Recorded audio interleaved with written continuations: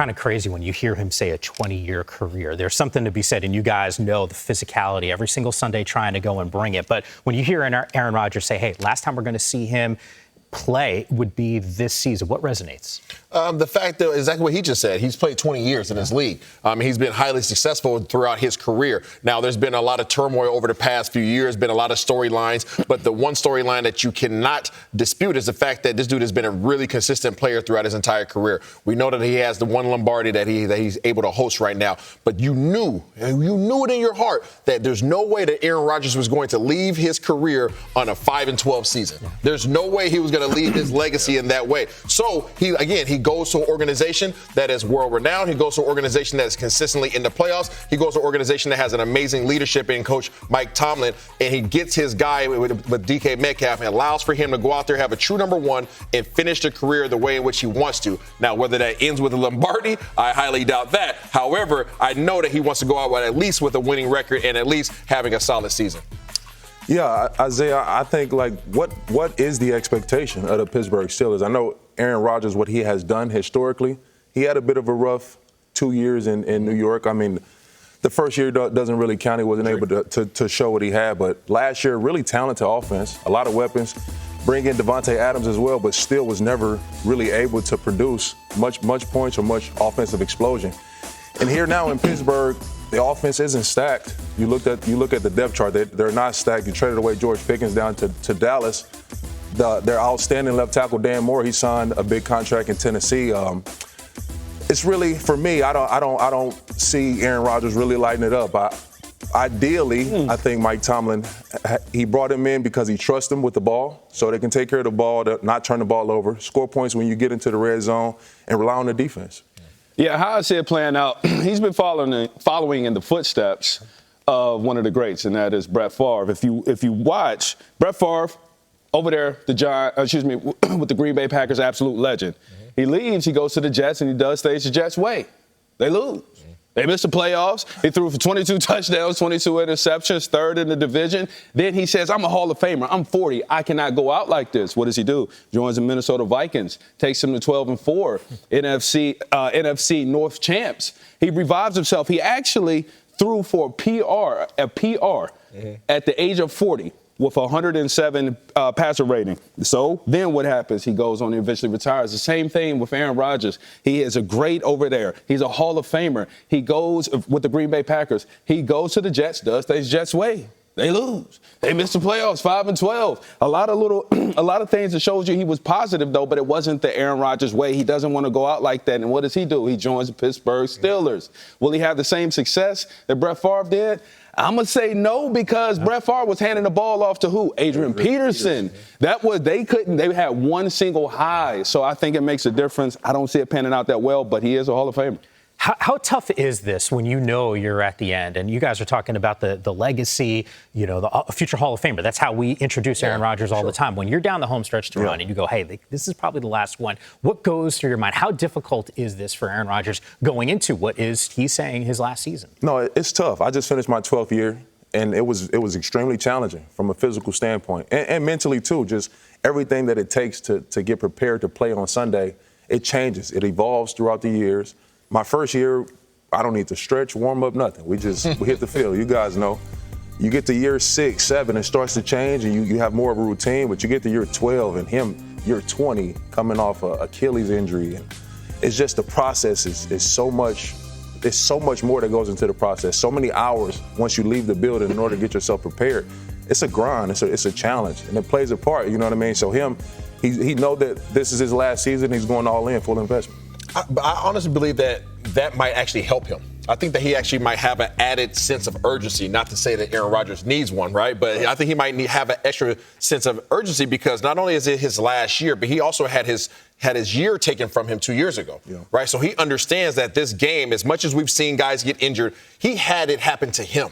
Right, so he knows that he has time that's not on his side, and he knows that any given play, I can be out for the year. So his urgency that he's going to have with his teammates and the way in which they approach this training camp and how they approach this season, I think is going to be even more heightened. And might see the best version of Aaron Rodgers that we've seen, much like you talked about Brett Favre. And I'm not mad at that take. The thing about it is, we know he's going into his last season. right? And so what do you have to do? You got to corral the locker room behind wanting to champion you out. And I don't know if he's had enough time during the offseason because it's like, who is going to be the quarterback? I think if he would have said, I want to be a Steeler, I'm going out this way, I think the team and the organization could have got behind his last hurrah. But now, because it's like, we don't know, you took too long, it seemed like an individual thing. And I don't know if you can get the chemistry behind that so quickly. So what does that do inside of a locker room? I actually want to go back because you made a point, Rashad, to bring up what his time with the Jets was. When he signed there, I mean, it was an entire city galvanized, and it was all about Rodgers. They were completely behind him. It was clearly his team. This is Mike Tomlin's team. Like, I think about the Steelers, that's their identity, not necessarily Aaron Rodgers. So is there those dynamics? How difficult is that for them to navigate? I think that is difficult. And it's because y'all can talk about it as being a player in a locker room. When you know who the best players are, you know who the quarterback is, right? And when you know he's about the team and he puts the team first and he's coming in because he wants to champion himself out versus, hey, I just want to go out with a bang. I want to play with you guys. It's a different aura and a different feeling. Now, we're professionals, but y'all can speak to it. How does that affect you guys as in a locker room and the young guys? Yeah, no, I agree with you for sure. And I think coming from that position specifically, you have to see, and you want to see ultimate buy-in. You do, because the quarterback he's quarterbacking the franchise. He's quarterbacking the city. He's bringing the fans. He has the ball in his hand more than anybody on the field. And you want to see that ultimate buy-in. So to your point of him missing some time in the offseason, I hope it doesn't, factor into the chemistry or lack thereof with his receivers and the time and getting the cadence down and all those things. It takes reps. No matter how long he's played, the other guys that's on that team hasn't played 20 years. So I hope that time missed doesn't affect the Steelers. We've talked about it in the past on this show about how Aaron Rodgers, there's never a question whether or not Aaron Rodgers is going to be prepared, right? We know Aaron Rodgers is going to be prepared. But I wanted it from your perspective, right, from somebody who's been very successful in the league as an offensive lineman, how has his non-presence affected this team, right? And how would you perceive that as a veteran offensive lineman, now a quarterback who waited until absolute mandatory mini camps to come in, and how does that affect you guys' preparation for training camp? Every quarterback is so different. So we had Tua to start the year. We went through with Tua throughout the OTA process, training camp, and then we lose in week 3.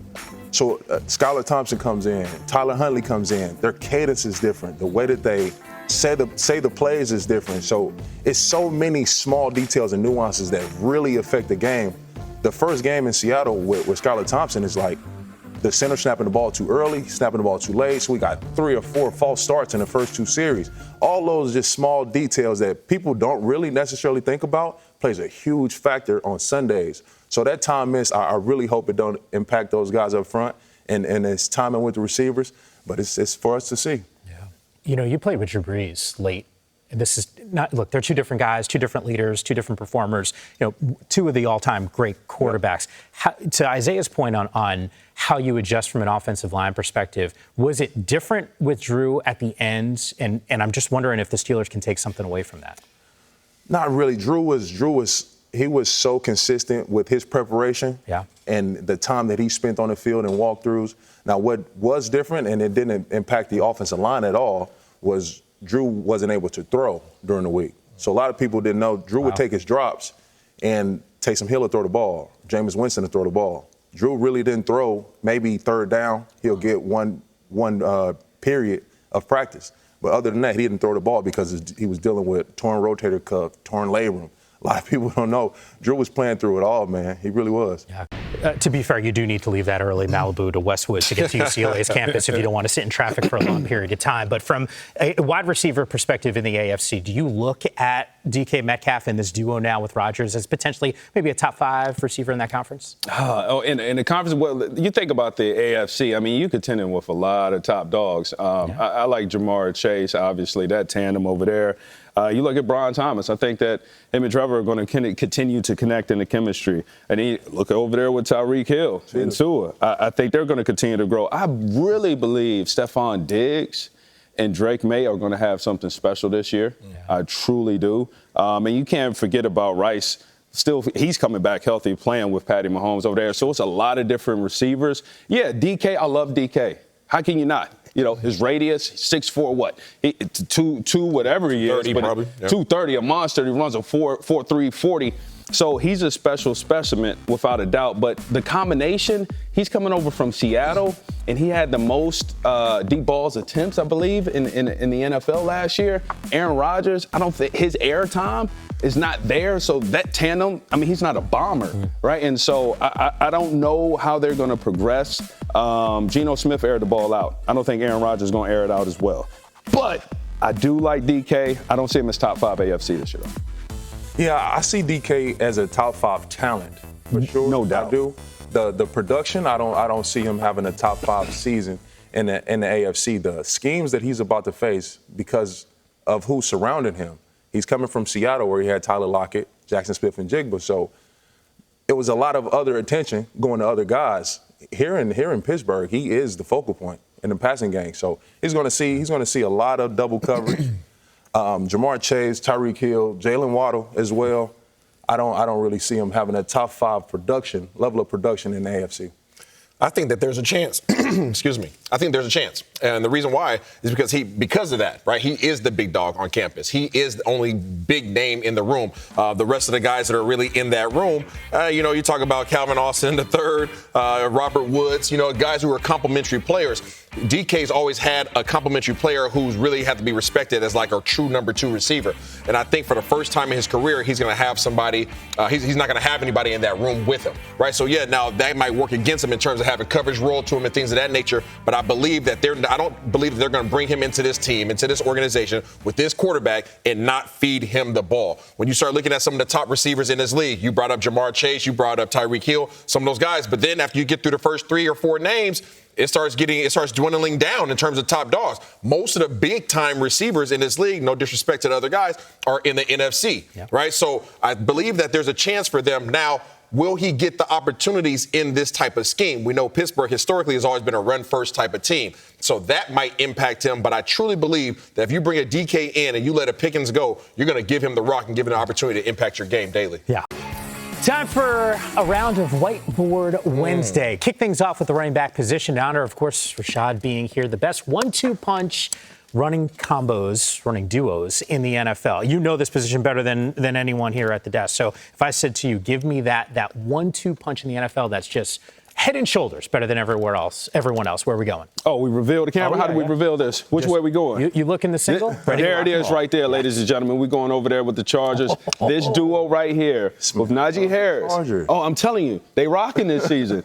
And Omarion Hampton coming out of North Carolina University. And the reason why I'm high on these two, you got to think about, Harris is right now fighting to be one of the only running backs ever in the NFL history to have 5 consecutive 1,000 rushing yards since his rookie season. And that puts him in conversation with Eric Dickerson, Barry Sanders, Emmitt Smith, and don't forget LaDainian Thomas. And we know who he did it with the Chargers. So I have to put him in there because of the run physical defense. And Omarion Hampton, I had the privilege to actually do college football, ESPN Radio last year. I would travel around the country to the top games, and I championed him as one of the best running backs behind Ashton Genty. No doubt. This guy is a difference maker, and that's the reason why I truly believe they're not going to re-sign Najee after this year. So, right, this year, these two. I love the run Hampton heavy first deep.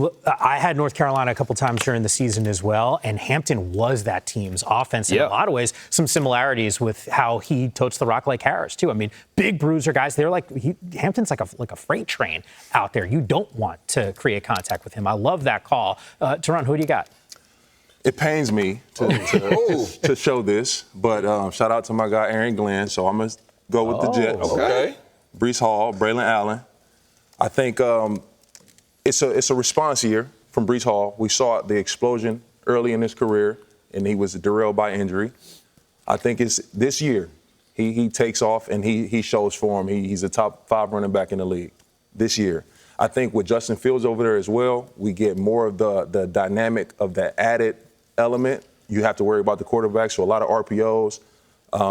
As we see with Lamar Jackson and Derrick Henry and those guys, it's a lot of discipline that takes place that needs to be for defense to stop the running quarterback. And you got these weapons like Breece Hall and Braylon Allen. Braylon Allen in the short yardage game, goal line game, He's a bruiser, 6'1", 230, 240, big, powerful back.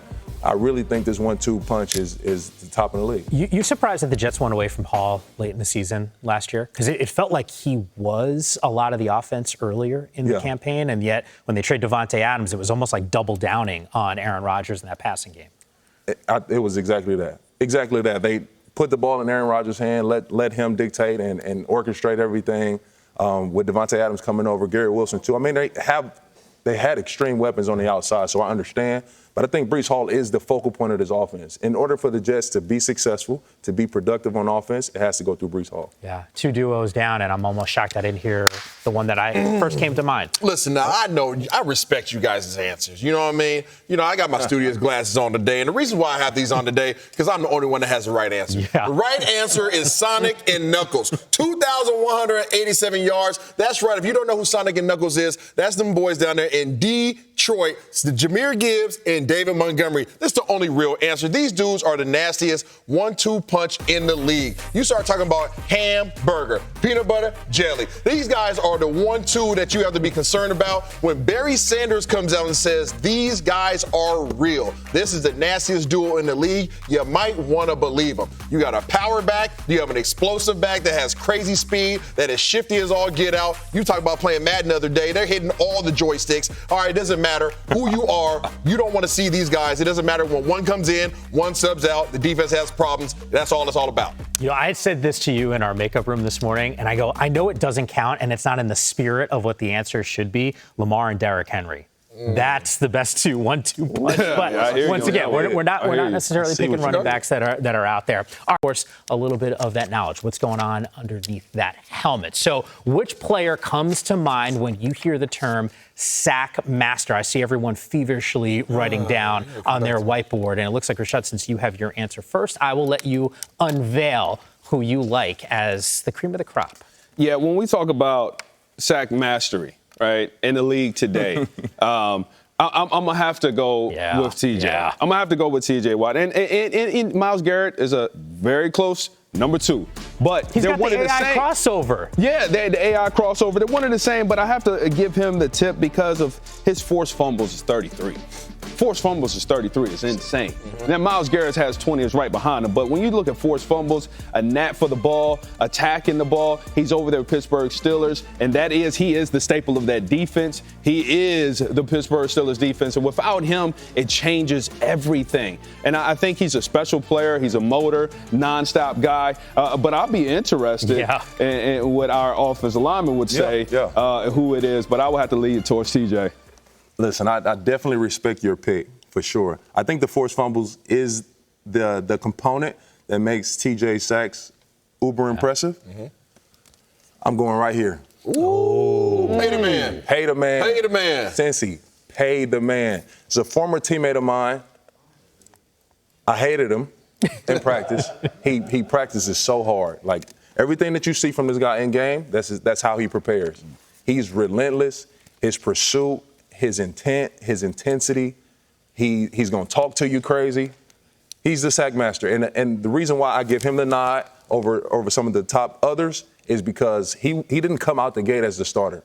He had to work his way up. He had to go through Cam Jordan, Marcus Davenport in order to get on the field. So in limited times, in limited starts, he's right at that mark with those guys as far as sack totals.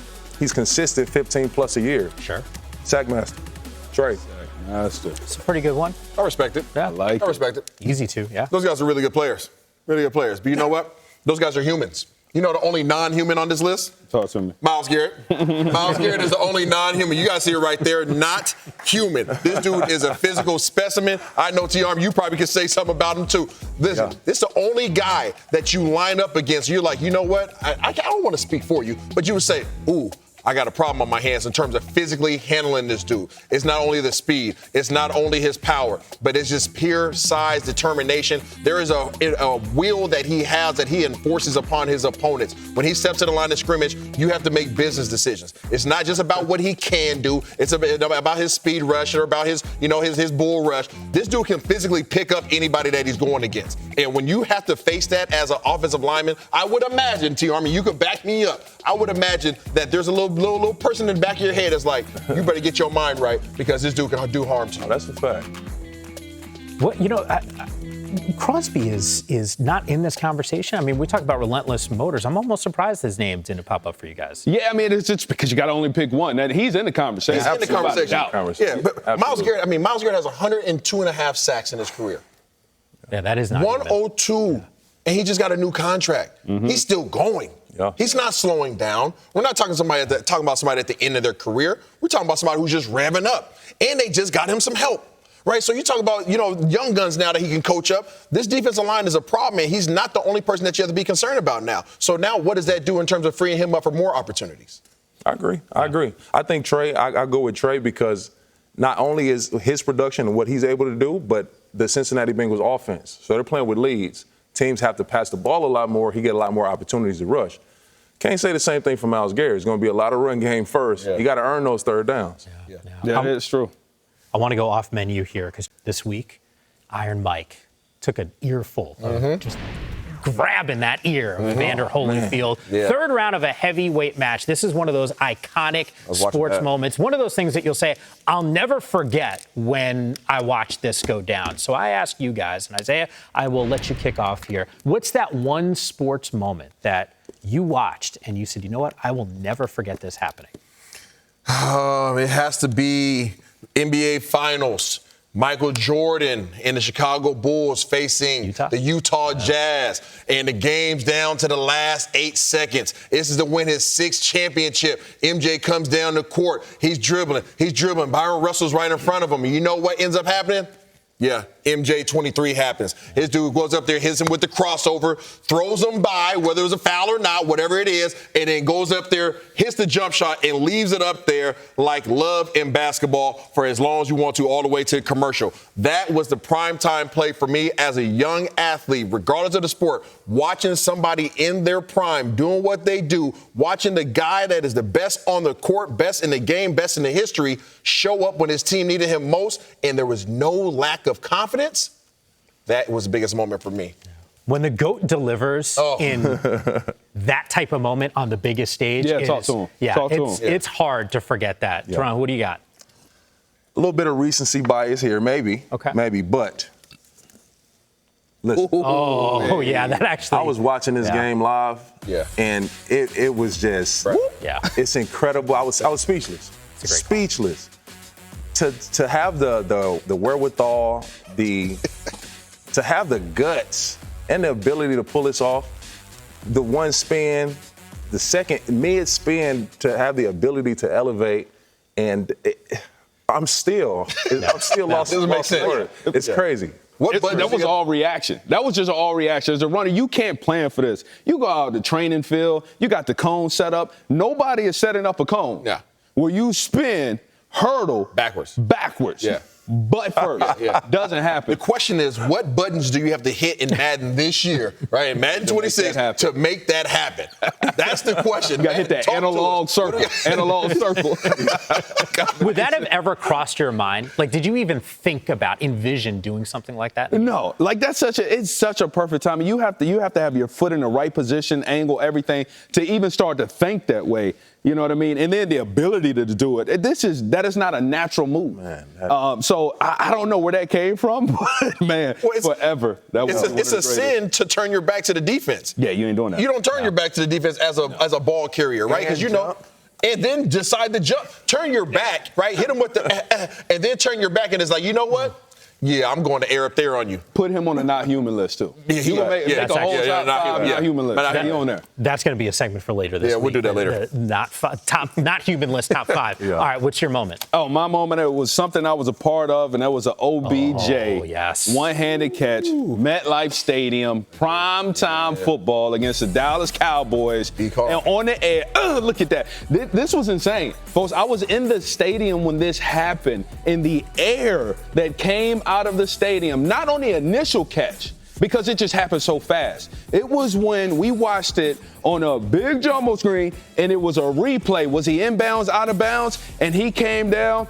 He caught it with 3 fingers, maybe 2.5. 2.5 fingers came down with the ball. I've never seen anything like that. But because of how he practiced, because of how he trained, and what we saw from him outside of the cameras, we weren't surprised at all. Yeah. Dude, special. I can attest to that for sure. We were teammates this year in Miami, and just as a catcher of the football, it's different. Crazy. Still got it. It's different. Yeah. Give him it's different what this man is able to do. I think these are all great moments. When I saw the question, I just started thinking, hey, like, what are those things that happen? You referenced MJ. Like, I was a kid for that. That certainly comes to mind. The first buzzer beater that I saw in the NCAA tournament, Tyus Edney, UCLA, going coast to coast. Like, that comes to mind. OBJ was on my list. I should have had Saquon there as well. But how we don't talk about one of the biggest catches that we have ever seen in a Super Bowl, and I'm almost surprised you didn't go there because you used to rock that uniform. David Tyree, how are we not talking about that? And if I'm not mistaken, that might have even been a third down. I think they completed 2 third downs on that drive. It was 3rd and 5 and a 3rd and 11, culminating, obviously, into a Super Bowl title for a team that was an underdog. Oh, here it is. I was wondering. I was like, can I get some of this action? Eli Manning looking like Patrick Mahomes out there, scrambling, ready to rock and roll.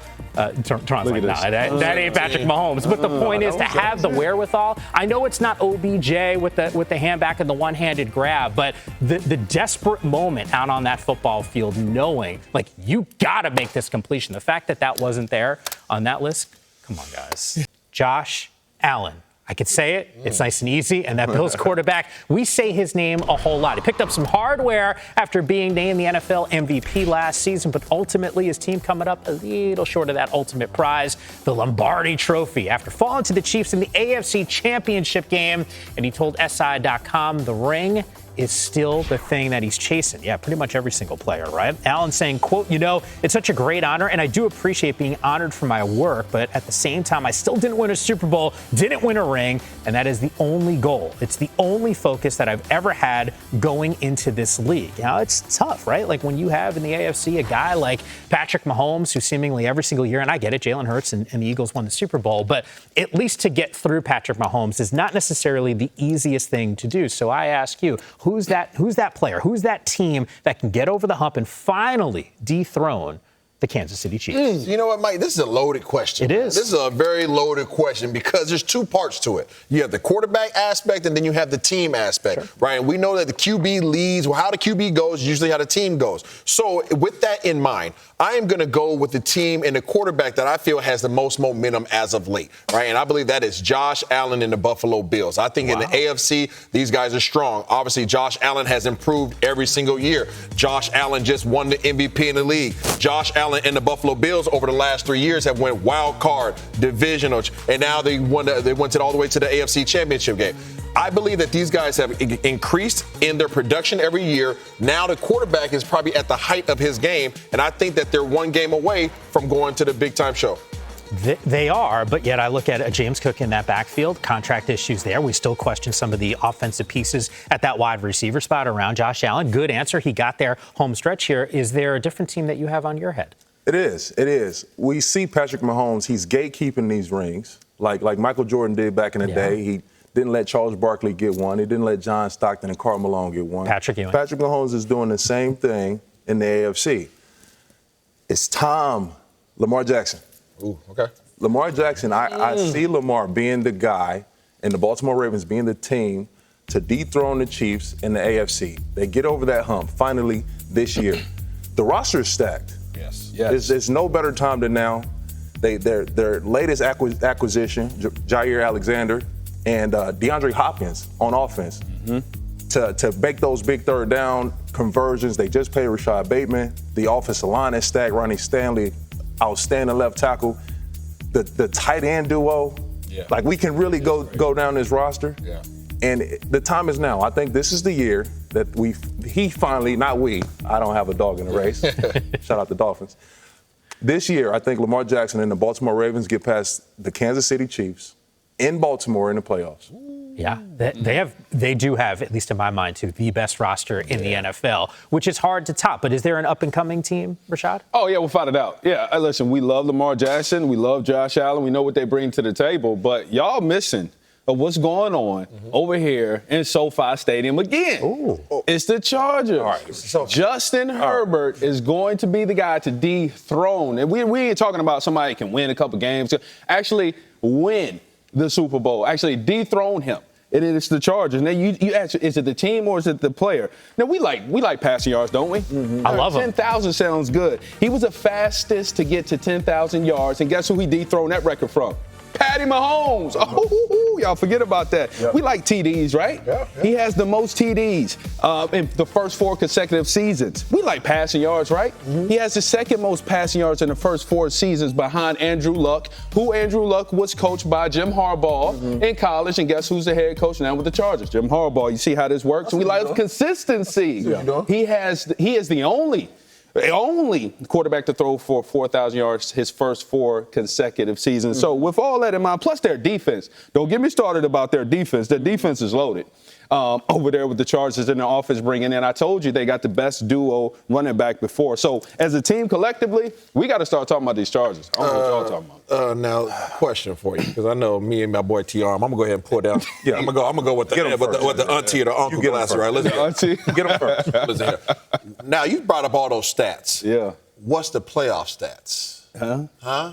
I said, what you say now, that Chuck? I said, what you say now, Chuck? Yeah. That's the question that we all want to have. We don't want to talk about the individual stats. Right. We understand that the QB has to ball out, but along with the QB, the team, all 3 phases of the game, special teams, offense, defense, they got to be hidden, and they have to get to the playoffs in order to even think about dethroning them boys out there in KC. I'm with you, Isaiah. I heard a lot of numbers, Rashad. 10,000 this, 40,000 of this. Individual. Playoff wins. Ooh. So what hold on. 0. Y'all coming in with the playoff win. 0. What was the number? 0. Spanish. Come on now. Spanish. Come on. You know what? Y'all want to talk about stats then? Let's talk about stats then. Watch out, don't we? Okay. How y'all like that? Okay, we're talking about the playoff stats. Y'all bring up Josh Allen, you bring up Lamar Jackson. Watching them head-to-head, they're great. Oh, absolutely great, phenomenal. We're not taking that away. Let's go to the playoffs. What happens to Lamar Jackson here? He's played in 8 playoff games. He's thrown for 1,700 yards. You look at Josh Allen, he's only played in 5. He's thrown for 3,400. Okay. What happened? Now you look at them two. TDs. Josh Allen has thrown for 25 TDs with 4 picks in the playoffs. What happened to Lamar Jackson? 10 touchdowns to 7 interceptions. What happened? You want to bring up stats? Let's talk about some stats here. And so when we continue to talk about the stats, you start to say, okay, who were their coach? Statistically, Jim Harbaugh's stats are insane. So now when you're pairing the two, give them a second year. Come on. Who else you know going to the playoffs first year? And by the way, Justin Herbert was banged up. Remember, he got hurt before the season started, dealing with a foot injury. So there's something here.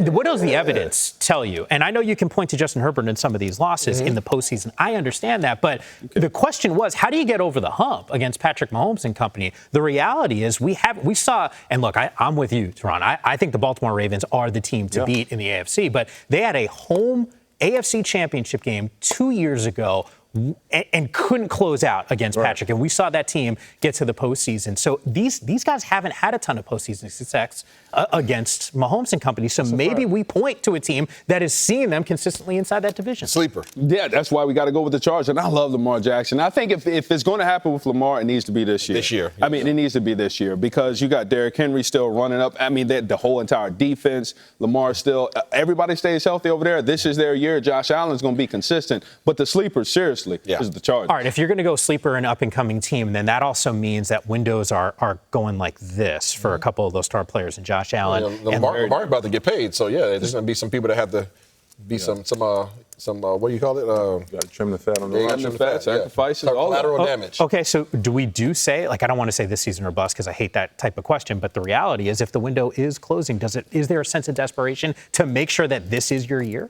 I believe that the Baltimore Ravens have a sense of urgency. I wouldn't say desperation. I would say there's a sense of urgency because just like we've seen, which has happened to San Francisco, right? Their whole team just got in terms of guys that were impact players that had to leave the roster because you had to pay the QB. Lamar Jackson has a contract right now, but we know what's about to happen with Lamar's contract. Lamar was right there and could have been a 3-time MVP. He has a ton of leverage. If he goes out there and does what we expect him to do this year, he's going to get the bag. Matter of fact, I don't think they can allow him to touch the field without him getting the bag. So I think that once that happens, there's going to be collateral damage. So you talk about your ability to have the greatest impact, your chances of having the best team. This is going to probably be the best team that Baltimore can put on the field for some time to come. Is it weird we're not talking about Joe Burrow? We're not talking about C.J. Stroud. I mean, 2 years ago, as good of a season we've seen as a rookie, and we just talked to one of his teammates in Daryl Taylor. Like, that team seems like they could potentially make a run. I like those two more than the Chargers. No offense. I'm not taking shots. I like H-Town more than the Chargers. Yeah, I like Houston more than the Chargers. I like Cincinnati more than the Chargers pick.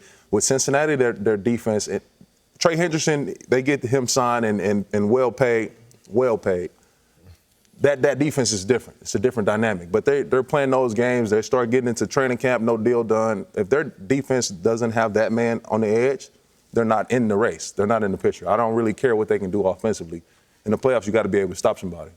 Yeah. Physical football, bully football. How did the Philadelphia Eagles, talking about dethroning, right? But that's AFC. Yeah. How did they beat Patty Mahomes? Big fellas Being physical. Trenches. Who did Chargers offensive line? You're right. With bully ball the way that Jim Harbaugh wants to play, and an efficiency behind a Justin Herbert is the recipe. I mean, you got to put together a full-course meal if you want to beat them. Now, Lamar Jackson, Josh Allen, I think they put together a good steak. You know what I mean? Yeah. A good filet mignon. But we're talking about we need the dessert. You need to come clean the crew up, all that. So I 100% agree with you, and I felt that Philly was going to do that to Kansas City just because of who they had. But when we start talking about, some of the top teams in the AFC, once you go Kansas City, once you go the Bills, once you go the Ravens, for me, the number 4 is Houston. Because you start talking about the bully ball. Look what Houston's done with their offensive line. Look what Houston's done with their D-line. We just got off the call with them, right? Their defense is absolutely disgusting. You start talking about protecting C.J. Stroud, and now he has all his weapons back on the field. Matter of fact, they doubled down and added more weapons for him to distribute the ball out to. Who do they have in the backfield? Two-headed monster that's nasty. I love they got that. Mixon and Chubb. So you start talking about being able to play bully ball and take the ball away. H-Town is a team you better have your eye out for. So then put them head to head. You got Houston and you got the Chargers, right? Oh, Houston has a better team. So then we have to. I don't know about that. I think they're very similar. I think they're very similar though. Very similar though. But the edge goes to the quarterback. Who you taking as your quarterback hit? Would you rather have C.J. Stroud in the strap? Or would you rather have Justin Herbert? And that's a hard conversation. C.J. Stroud proved to win in the playoffs first year. Oh, did the team, because you talk about the team and the coach. Justin Herbert was up 24 points. Houston has a in the better playoffs team against Jacksonville. Yeah, y'all got me on that one. Yeah, I know. That was a collapse, but that also led to get to Harbaugh, right? Like those issues. That's why without Harbaugh, that happened without him. Look, Harbaugh ain't passing the ball to nobody. It was up 24 points. Get the job done. But even before, I think you can start having a conversation about the Chargers, right? I talked about the top 4 teams. Houston being my number 4. My number 5 has to be Denver. Denver Broncos. I was just about to bring that. They were a playoff squad a season ago. We just afraid of the sophomore slump. We did see it a little bit with Stroud. Don't forget the Miami Dolphins, guys. Don't forget the Dolphins. We got to get that to Don't forget. Hey, Hold on. Look, and I know you're not going to throw shade at that squad, but they go as far as Tua goes, right? And there's some issues that we have seen where I think all of us see some of the hits that he's taken and we go, oh my God, please, I don't want to see you hurt in the long term. Yeah. If he's not out there, there's a real drop in production. Yeah, no, absolutely. The Dolphins go as far as Tua takes them, for sure.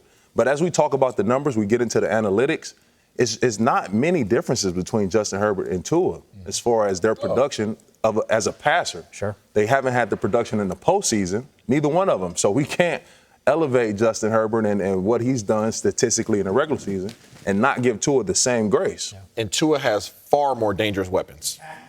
It's not even a conversation. Y'all just said y'all compare Tua and Justin Herbert. Is that what's going on? When you put those two passers on the field with their weapons, I am much more afraid of the Miami Dolphins than I am of the Chargers.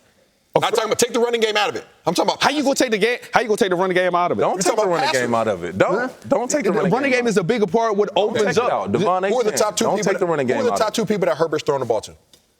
You got to think about it, right? You got to think about it. He's coming up. You do have to think about it. But the point is that regardless of that, it's the same thing with Josh Allen. You had to think about it. You had to think about who was his top catchers. Yeah. Because it's him. He is that good. He's established.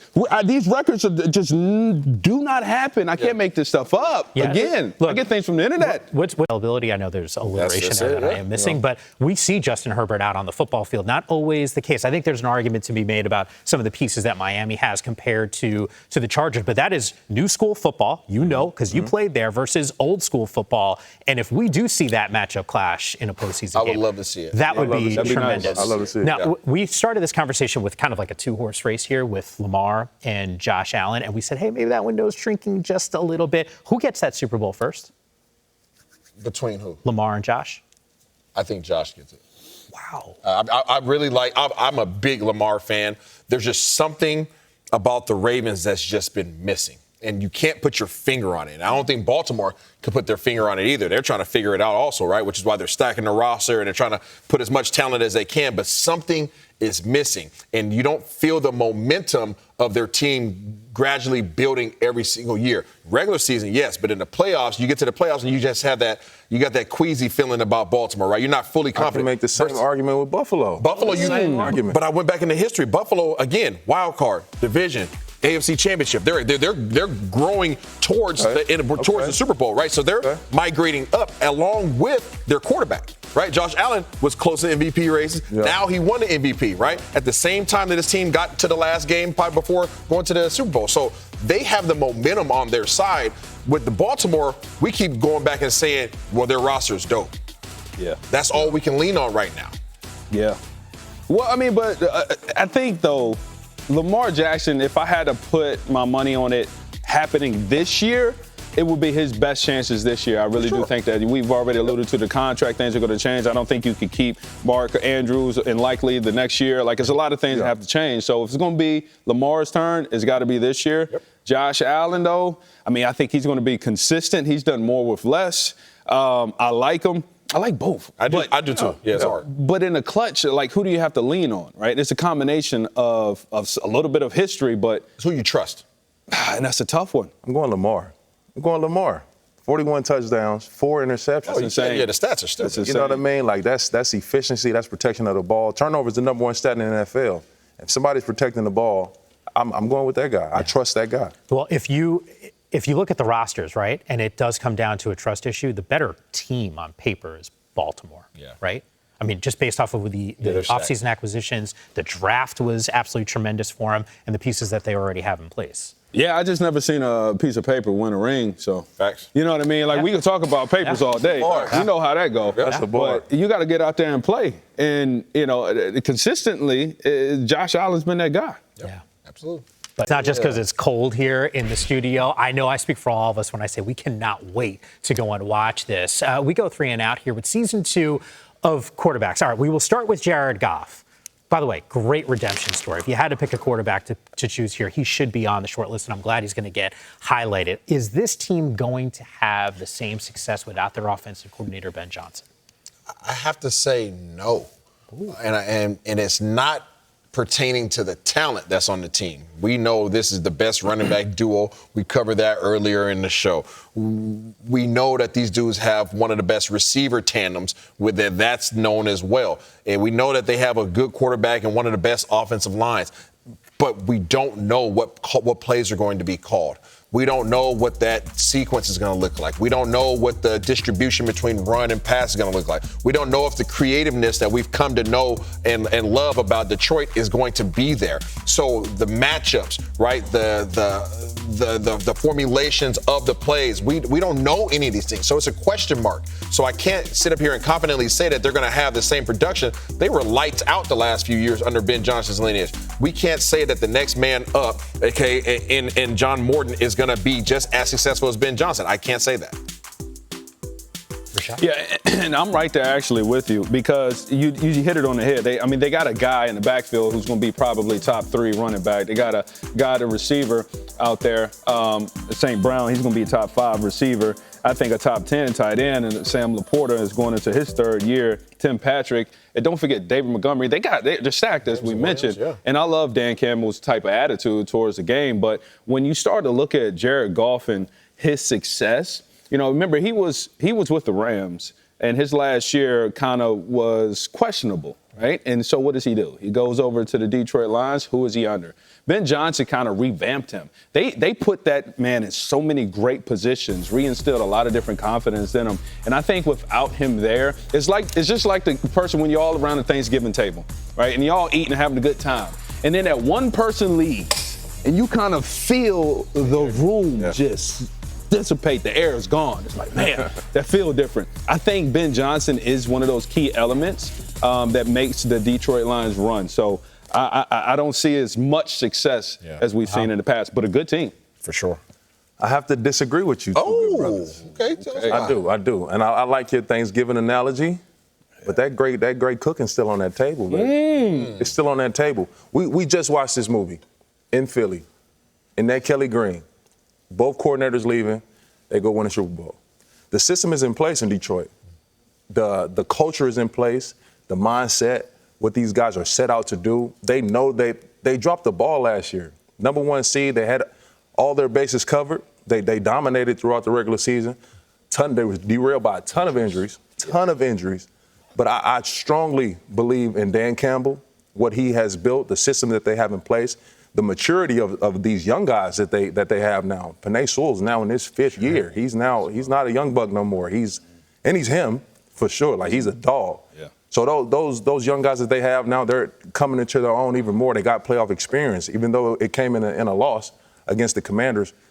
I see them, and I said it before, I have them coming out of the NFC. Which would be a big task here. And I know the question centers around the offensive success without Ben Johnson, but I think you make a really good point because Aaron Glenn now is in New York with the Jets. They lose both their coordinators. And you're right, we did see that with Philadelphia. There was a hiccup, though, that following season. I think they were the first team in like 30 years or so to lose both coordinators after getting to the Super Bowl. It took a little bit of time. Maybe that doesn't happen. Maybe there's something that Dan Campbell can take a page out of their playbook and fast-track that success for this upcoming season. Let's turn to second down, though. Joe Burrow.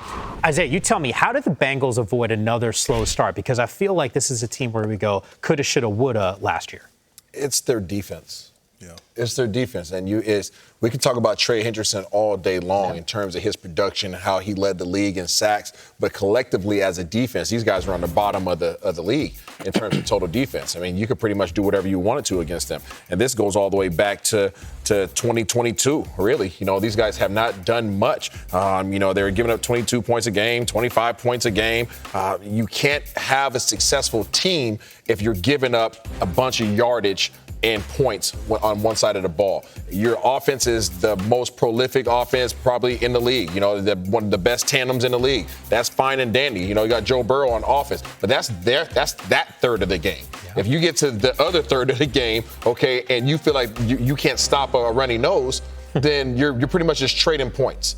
So I think that if they want to be anywhere in the conversation of being competitive once again, like we've seen them go all the way to the Super Bowl in years past, their defense has to step it up, and it can't be just on the backs of Trey Hendrickson himself.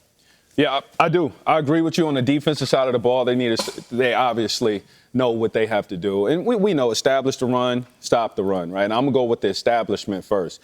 I tell you, it's something about there's 2 Canadian running backs in the NFL, and they are both monsters. Joe Hubbard over there with the Carolina Panthers and Chase Brown with the Cincinnati Bengals. He actually got the chance to step up and not split time towards the end of the year with Zach Moss, and we saw what he did. He covered 990 rushing yards, close to 1,000, and he had 54 receptions, bringing him close to 400 yards, put him at 1,400 total yards plus. I think he's exceptional.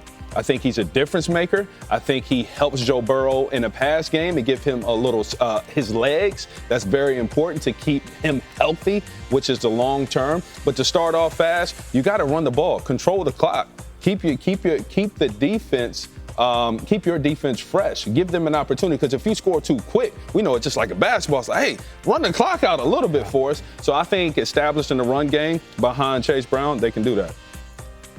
I think I believe Joe Burrow starts strong. I don't think he comes out and have another slow start to the season. I think he comes out hot. They just paid both of his receivers. He got Mike Gesicki back. The O-line is back together again for another year. So offensively, I think they come out explosive. The issue is in AFC, it's a lot of elite defenses. So you can't really expect them to go out and drop 30 on all these defenses. In their division alone, you got to see Pittsburgh twice. You got to see Baltimore twice. You don't really expect them to drop 30 every time you see these guys. So defensively, that's where I'm with you, Isaiah. It's tough. You know what I mean? Trey Hendrickson, he's an amazing player. The one that I claim to be the sack master. But defensively, I don't see them being able to hold off long enough for the offense to keep scoring all these points in every game. If that's the case, is it more perplexing what we're seeing with the Shamar Stewart situation? You got a first-round pick, a defensive end who's supposed to help solidify the other side of that defensive line. What are we doing here? What are we doing? Honestly, I'm with you. I'm lost. I don't understand. Even just Trey alone, I go back to Trey. I don't really know how it's pushback with his level of consistency and production, what he brings to the team. And then you draft a guy first round who you are making a big investment to bring into your football program, and we can't get the contract done. What are we doing? Yeah. And also, what are you communicating to your team?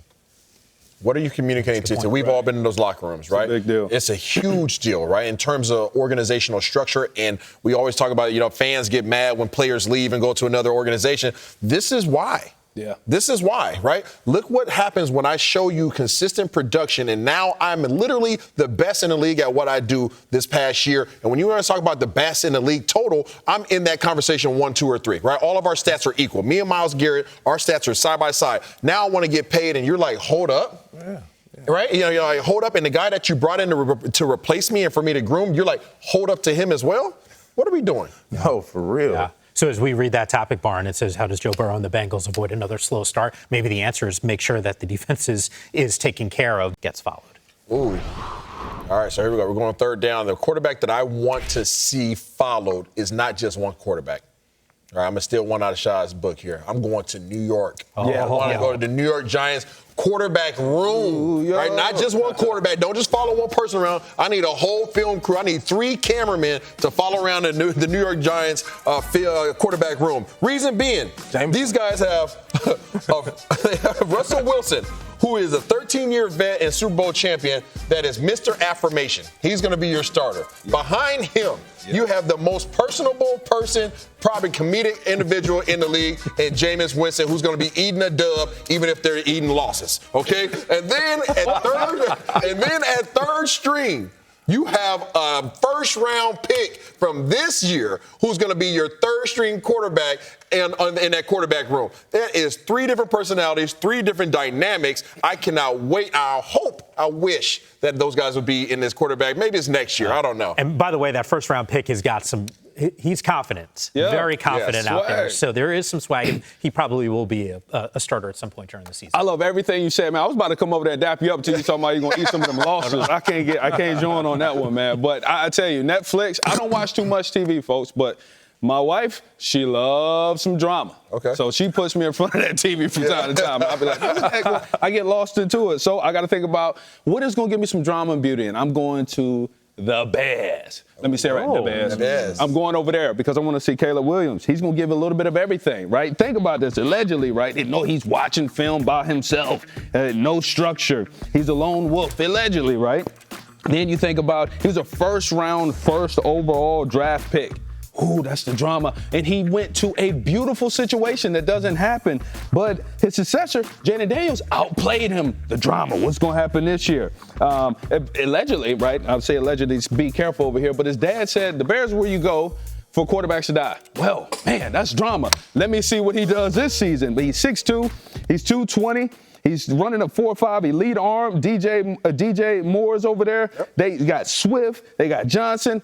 Luther is over there. Burden the third. I really want to see these guys play. The velocity, I think he's going to do well. So there's the beauty of it. And don't forget, September 8th, they start off Monday Night Football against the Vikings going to Soldier Field, 7:15 Central Time. Yeah. This is somebody I want to watch because he has personality, and they got a storyline over there this year. Who you got, T? I'm going Jaden Daniels.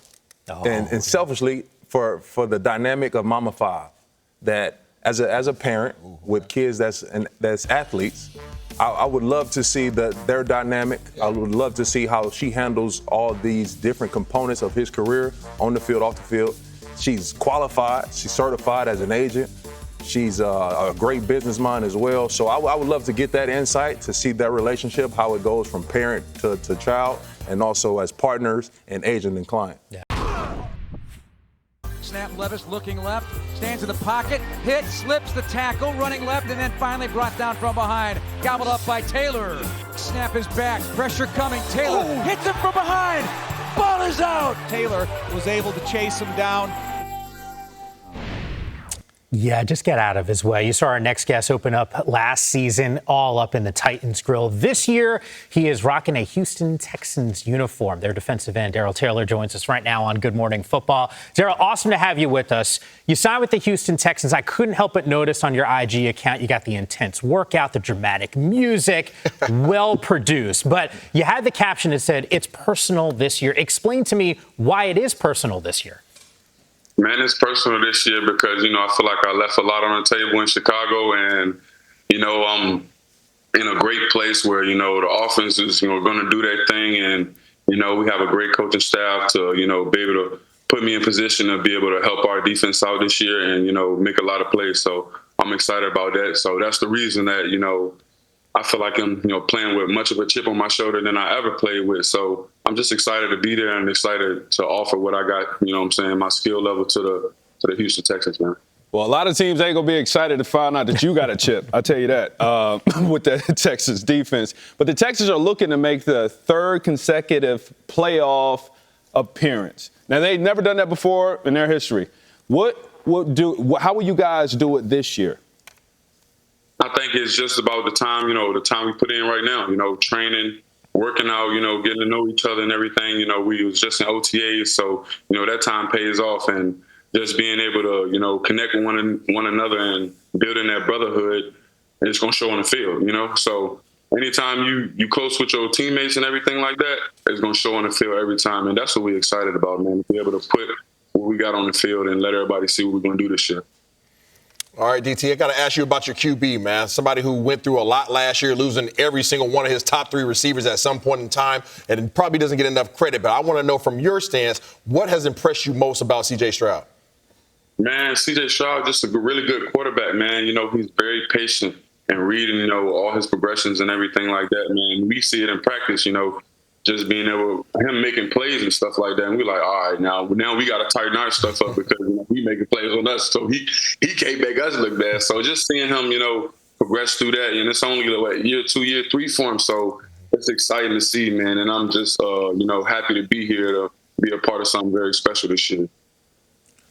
DT, I see you are heavily involved in the community. Giving back to the community is truly a gift, and it's really a passion of mine for sure. You're doing amazing things with your 52 Sundays initiative. Tell us more about it. Man, so it's something that me and my manager came up with, man. Recently, I was dating this girl, and, she passed away, it was really sudden for me. So, I was dating her for like 2 years, and, when it happened, it really changed. It gave me a lot of perspective on a lot of things that was going on in my life. So, giving back to the community was something that really just hit me. And, I was in Arizona just hanging around, training and stuff like that. And then I just started. I said, man, I want to do something to give back, and I don't want to stop it until, obviously I'm not here anymore. So I told my manager, I said, man, let's figure out something that we can do, that is going, the world can see, really. So we came up with 52 Sundays. It's already 52 Sundays in a year. My number's 52, and we play on Sundays. So I felt like it was just the perfect time to be able to give back to the community. And I hadn't seen anybody doing it. I'm on social media heavily, and I hadn't seen anybody doing anything like that. So when, I told my manager what I wanted to do. He was like, man, this is a great idea. And then we both talked a lot, and then we came up with the idea of 52 Sundays. And that's pretty much just giving back to the community, whether it's kids, whether it's homeless people, elderly people, anything like that.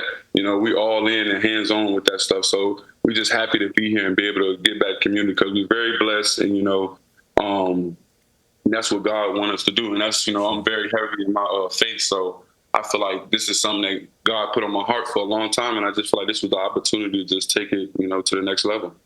And how do we support that? How do people find you and support what you're doing, 52 Sundays? Right now, I'm in the process of creating my own nonprofit with that. So probably in about maybe a couple months, like I have a team that's, working on that so that I can be able to have people donate money so we can be able to create better events and, be able to give more to the community. So once I get that on and popping and everything is rolling how I want it to be, man, there's no limits to how people can help us and how much we can get back to the community.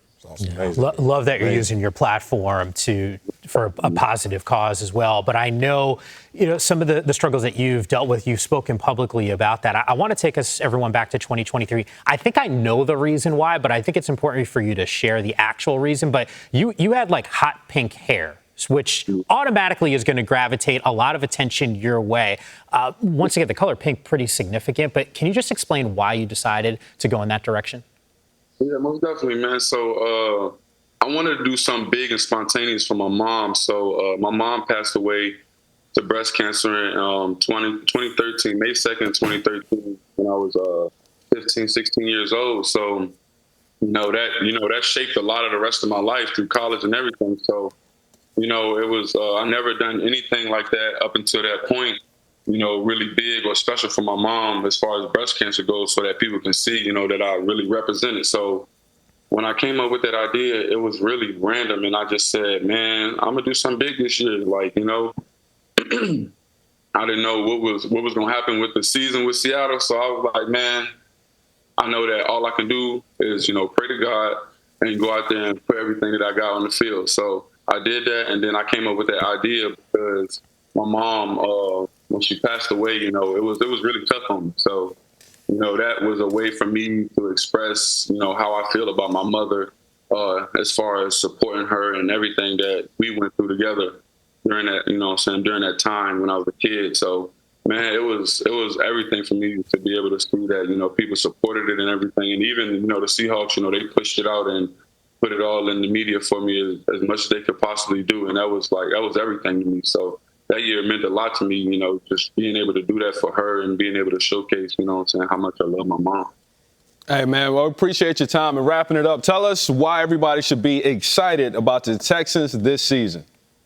Man, y'all should be excited about them Texans because we're going to put points on that board and we're going to hit people real hard. Plenty of pieces on both sides of the football. Daryl, dude, you rock, man. Honestly, amazing watching you out on the football field, but to hear what you're doing with 52 Sundays, not to mention with breast cancer awareness, I think all of us appreciate the mission and can't wait to see you out on the football field, more importantly, healthy. Thanks again for joining us. All right, DT. All right, DT, go kill it, man. We got more GMFB still to come.